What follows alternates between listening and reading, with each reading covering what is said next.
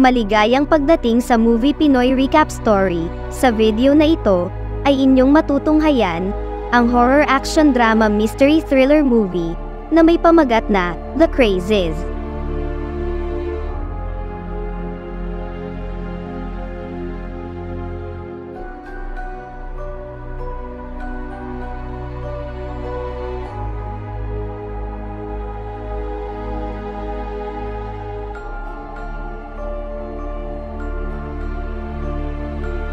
Nagsimula ang pelikula sa isang tahimik at payak na bayan ng Ogden Town sa Amerika na may populasyon na 1,200 na mga mamamayan. Sa kasalukuyan ay may nagaganap na paliga ng baseball sa kanilang lugar kung saan makikita na lamang na nagsimulang magtaka ang mga nanonood nang biglang nagtungo na lang ang isang karpintero sa gitna ng laban habang may hawak itong shotgun. Mabilis na rumesponde ang pulis ng bayan na si David para kumbinsihin na ibigay sa kanya ang hawak niyang armas dahil sobrang natatakot na ang mga tao. Inakala niya na lasing lamang ito kaya ito nagtungo sa gitna ng laban habang may hawak na armas, subalit hindi niya napansin na para bang may umaagos sa ilong nito kasabay ng pagtangka na pagkalabit sa gatilyo, kaya wala nang ibang napagpilian pa si David kung hindi unahan ito sa pagpapaputok para mailigtas ang sarili. Dahil sa nangyari ay agad na humingi ng kapatawaran si David sa pamilya nito habang ipinapaliwanag na ginampanan niya lang ang kanyang tungkulin. Habang inaalam nila ang motibo ng karpintero kung bakit niya ginawang sumugod sa baseball match, ay nagkaroon na naman ng kakaiba at hindi inaasahang pangyayari sa bayan kung saan ang isang kilalang magsasaka sa kanilang lugar ay bigla na lang sinunog ang kanilang buong bahay kung saan naiwan na nakakulong ang mag-ina nito. Mabilis naman nila itong naaresto kung saan makikita na lang na para bang wala itong pakialam sa nangyari. Nang kinulong ito nila David ilang oras pa lamang ang nakakalipas ay nagulat sila nang bigla itong nagwawala na sobrang galit na galit habang makikita na kakaiba na ang itsura at anyo nito. Dahil sa kakaibang sitwasyon ay mabilis na nagtungo si David sa doktor ng bayan na si Jim para ipasuri sana ang kondisyon nito. Subalit nang makarating siya sa loob ng klinik ay nakakita siya ng isang mamamayan sa bayan na nakatahi na ang buong mukha nito kasabay ng paglitaw ng nasabing doktor na mabilis siyang inatake ng walang pakundangan. Kakaiba na rin ang kinikilos nito tulad ng mga nauna kung saan wala itong pinapakitang emosyon habang pilit siyang gustong tapusin. Naguguluhan man at hindi malaman kung ano ba talaga ang nangyayari ay nakipagbuno si David sa doktor para mailigtas ang kanyang sarili hanggang sa magawa niya itong tapusin gamit ang sarili nitong hawak na armas. Mabuti na lamang din ay nakasunod na ang kasamahan niyang pulis na si Russell, kaagad na gumawa ng hakbang si David para may report sa national na ahensya ng kapulisan ang sunod-sunod na nangyayari sa lugar nila, subalit laking pagtataka niya nang naputol na ang linya ng telepono at internet sa kanilang buong bayan.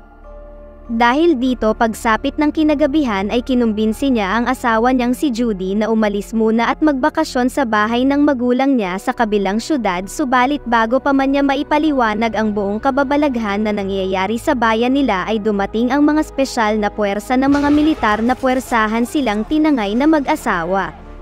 Lumalabas na sa bakanteng lote ng paaralan ng bayan ay may itinayo na palang napakalaking quarantine facilities kung saan ang lahat ng may matataas na temperatura at kumikilos ng kakaiba ay inihihiwalay ng mga sundalo tulad ng mga ito. Mapag-aalaman na isa na palang kakaibang virus ang kumakalat sa buong bayan nila kung saan ang tatamaan nito ay magkakaroon ng hindi makontrol na pagnanasa na gawa ng hindi maganda ang kapwa-tao tulad ng mga nangyari sa 3 individual na nakasalamuhan nila David. Sa kasamaang palad ay mataas ang temperatura ni Judy nang sinuri sila kaya mabilis itong pilit na inihihiwalay papunta sa lugar ng mga infected. Kaagad na nagpaliwanag silang mag-asawa na kaya mataas ang temperatura ni Judy ay kakagaling lang nito sa lagnat na dulot ng pagdadalang tao, subalit hindi sila pinakinggan ng mga sundalo bagkus ay inupakan pa ng isang sundalo si David nang walang alinlangan. Hindi na nakapalagpas si Judy kahit anong gawin niyang paliwanag at itinali na siya kung saan sinimulan ng eksaminahin ng mga scientist ang kanyang buong katawan. Matapos nito ay sinuutan din siya ng uniforme na pangpasyente tulad ng mga infected na ito sa loob ng kwarto na unti-unti ng mga nagbabago. Habang nag-iisip ng plano si David kung paano niya may tatakas ang asawa ay nalaman niya na ang lahat ng walang sintomas ay ibabiyahe sa isa pang quarantine facility. Bagaman kwalipikado si David na mapasama sa ligtas na lugar ay hindi ito pumayag na iwanan ang kanyang asawa. Palihim itong bumalik sa kanilang istasyon para maghanap ng magagamit na sandata kung saan dumating din si Russell at nagpahayag ito na tutulong siya na mailigtas si Judy. Sa hindi inaasahang pangyayari ay may isang kotse ang bumangga sa bakod kung saan dahil dito ay mabilis na nagpulasan at nagwala ang maraming bilang ng mga nasabing infected. Sumiklab ang matinding kaguluhan kung saan kahit may armas ang mga sundalo ay wala silang magawa sa ubod ng rami na bilang ng mga mala zombie na sumusugod sa kanila na pilit silang gustong tapusin lahat. Dahil hindi na nila makontrol pa ang buong sitwasyon ay napagpasyahan ng mga sundalo at scientist na abandonahin na ang buong lugar kasama ang mga ilang mamamayan na walang sintomas ng virus. Kasabay nito ay makikita na may nakapasok na isang infected na natuluyan ng parang naging zombie at walang habas nitong tinatapos ang lahat ng iba pang mga pasyente na kasama ni Judy sa loob. Sa kabutihang palad ng si Judy na sana ang isusunod nito ay dumating na sila David kung saan mabilis nila itong tinapos. Nakita rin nila ang kaibigan ni Judy na si Becca na gaya niya ay napagkamalan na infected rin.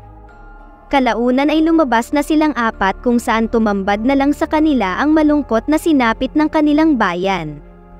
Tahimik at maingat nilang iniwasan ang lahat ng mga baliw na mala zombie na kanilang nakikita hanggang sa sumapit na ang bukang liwayway at napagpasyahan nilang magtungo sa lugar kung saan itinayo ang quarantine evacuation center na pinagdalhan sa mga mamamayan na hindi infected. Ngunit laking pagtataka nila na habang nagbabiyahe sila sakay ng kotse ay pilit silang gustong puntiryahin ng isang helicopter ng mga sundalo. Dahil dito ay mabilis na ipinasok ni David ang sasakyan sa isang abandonadong car wash para makapagtago dito. Subalit wala silang kaalam-alam na may mga infected rin pala sa loob kung saan mabilis silang inatake ng mga ito at pilit silang gustong kuhanin lahat palabas ng kotse. Nang unti-unti nang nakakapasok ang mga zombie ay buong tiyaga nilang nilabanan ang mga infected na ito para mailigtas ang kanilang mga sarili. Nang dumating sa punto na malapit na silang makuha ng mga nagwawalang mga zombie ay sinabi na ni Judy kay David na kailangan na niyang paandarin palabas ang kotse. Kakaunting pulgada na lang sana ay makakalabas na sana sila ngunit sa kasamaang palad ay may naiwan pa palang zombie sa ibabaw ng kanilang sasakyan kung saan mabilis nitong nadakma si Becca palabas ng kanilang kotse.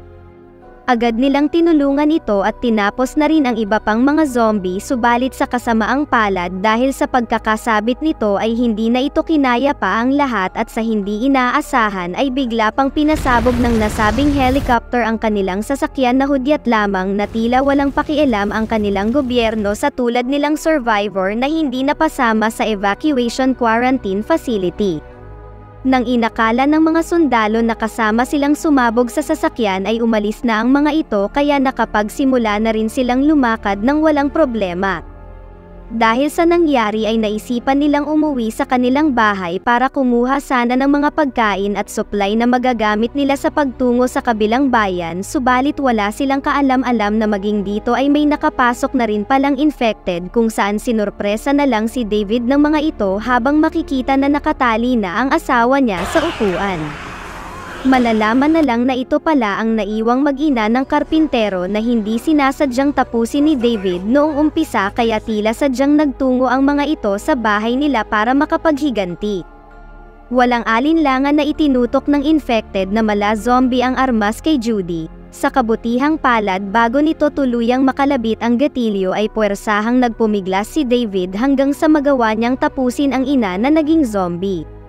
Nang papatamaan naman siya ng anak nito ay maswerte na nakasaklolo agad muli si Russell at tinapos agad niya mula sa bintana ang nasabing zombie. Ngunit tila hindi ito magandang senyales para kay David dahil hindi nila inasahan ang unti-unti nitong pagiging walang awa kung saan parang unti-unti na rin itong nagiging infected. Dahil sa takot ay nagpanggap lang sila na para bang normal pa rin ang lahat habang nagpapatuloy sila sa paglakad.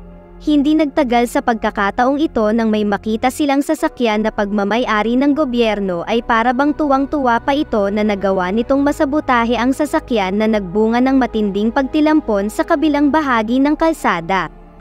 Nang nilapitan nila ito ay nakumpirma nila na isa itong opisyal ng gobyerno na nangunguna sa walang pakundangan na pagtapos sa lahat ng mga tao na hindi nagawang makasama sa nasabing mga iilang mamamayan na nasa ligtas na quarantine center.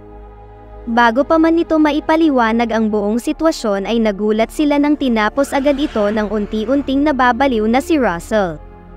Kasunod nito ay sila David naman ang kanyang tinutukan. Agad naman itong binigwasan ni David at nang bumagsak ito ay sakalang napagtanto ng kasamahan niyang pulis na unti-unti na nga talaga siyang nagbabago dahil infected na rin siya. Para makabawi sa nagawa niyang mga kamalian ng sumapit ang gabi ay sinakripisyo nito ang kanyang sarili para makuha ang atensyon ng mga sundalo at makapasok sila David sa nasabing ligtas na quarantine facility nang hindi sila nahuhuli. Hindi nagtagal ay nakapunta na sila kung saan dinala ang mga walang may sakit na mga mamamayan subalit tila gumuho ang kanilang pag-asa ng masaksihan na wala ng katao-tao sa buong lugar dahil maging ang mga may walang sakit na tao sa bayan ay tinapos at sinunog na ng mga militar. Dito na nila napagtanto na hindi na dapat sila magtiwala pa sa kanilang gobyerno at kailangan na nilang magtungo sa kabilang bayan ng palihim. Habang kumakain at naghahanda sila sa pag-alis ay narinig ni David sa isang radyo na pasasabugin na ng mga militar ang buong bayan sa loob ng 5 minuto. Dahil rito ay wala na silang sinayang pang segundo at nangangatog pa nilang sinubukan na gamitin ang isang truck paalis. Nang makita na ni David ang susi ay kamalas-malasan pa na biglang nagsulputan ang mga natitirang infected na zombie sa lugar kung saan sinimulan silang sugurin ng mga ito. Sinimulan siyang paggugulpihin ng isang malaking bulas na zombie na ito hanggang sa mahulog ang susi ng truck.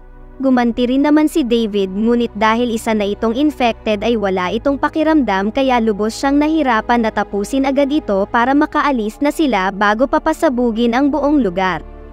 Kasabay nito ay pinasok din ng isa pang zombie ang asawa niya sa loob ng truck kung saan ginamit na ni Judy ang nag-iisang natitirang bala. Dahil hindi niya magawang matalo sa mano-manong puwersa ang zombie na kanyang kaharap ay inutakan na lang niya ito sa pamamagitan ng pagsunog mula sa mga natapon na gasolina sa ibaba. Dagli rin siyang tumakbo para maiwasan ang mabilis na pagkalat ng apoy. Matapos nilang matagumpay na mailigpit ang mga nasabing infected na mala zombie ay dagli na silang nagmaneho paalis ng bayan. Buong may kaba silang nagmaneho ng buong todo dahil sa ilang segundo lang ay maaari nang bumagsak ang nasabing bomba na inihanda ng mga militar. Hindi nagtagal sa kasamaang palad hindi pa man sila nakakalayo ng sobra-sobra ay nangyari na agad ang kanilang kinakatakutan. Dahil sa lakas ng impact ay tumilampon ang gamit nilang truck kaya wala silang nagawa kung hindi manalangin na lang sa mga pagkakataon na ito.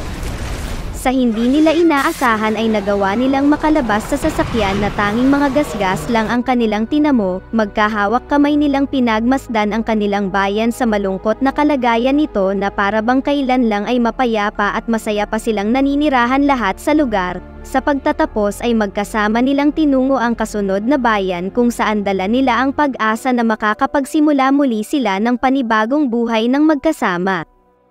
Special shoutout kay Rose Blossom from Saudi Arabia, Aliwas Hunter PH, Idol Richard Channel, Israel Ilustrisimo, Janeline Alicaya from Negros Oriental, Josie Miko, Bunso Bandas, at sa huli kay Bogard Kaingin. Maraming salamat po sa inyong panunood.